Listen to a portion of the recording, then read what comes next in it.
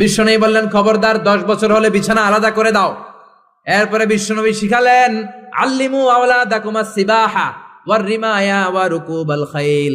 ছেলে মেয়েদেরকে সাঁতার শিখাও, তীর মারা শিখাও, ছেলে মেয়েদেরকে ঘোড়ায় চড়া শিখাও। সাঁতার শিখানোর দরকার আছে না নাই? দেখবেন বাবা খুব আদর করে ছেলেরা হাঁটা শিখায়, আব্বু হাঁটো হাঁটো হাঁটো, আব্বু আমারে ধরো হাঁটো হাঁটো। তো জমিনে ছেলে রাস্তায় কেমনে হাঁটবে ওটা শিখাইলেন। পোলা যদি পানিতে পড়ে তখন হাঁটবে নাকি? তখন কি করতে হবে?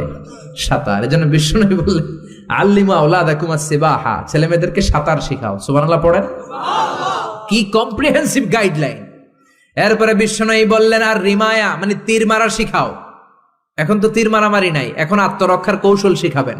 কেমন করে প্রতিকূল পরিবেশে বেঁচে থাকতে হয় শিখাবেন। পৃথিবীর সংগ্রামে কেমন করে টিকে থাকতে হয় শিখাবেন। সন্তানকে কখনো ননির পুতুল করে গড়ে তুলবেন না, কষ্ট সহিষ্ণু করে গড়ে তুলবেন। আপনি বেঁচে থাকতে একটু কষ্ট করাতে করাতে করাতে করে অভ্যস্ত করবেন, তাহলে তার জীবনটা চমৎকার কাটবে। চিল্লা এখন ঠিক কিনা? এরপরে বিশ্বনবী বললেন, রুকুবাল খাইল, কেমন করে ঘোড়ায় চড়তে হয় শিখাও। এখন ঘোড়া নাই, তাহলে গাড়িতে কেমনে চড়তে হয় শিখাবেন, ঠিক কিনা? কেমন করে সাইকেল চালাতে হয় শিখাবেন।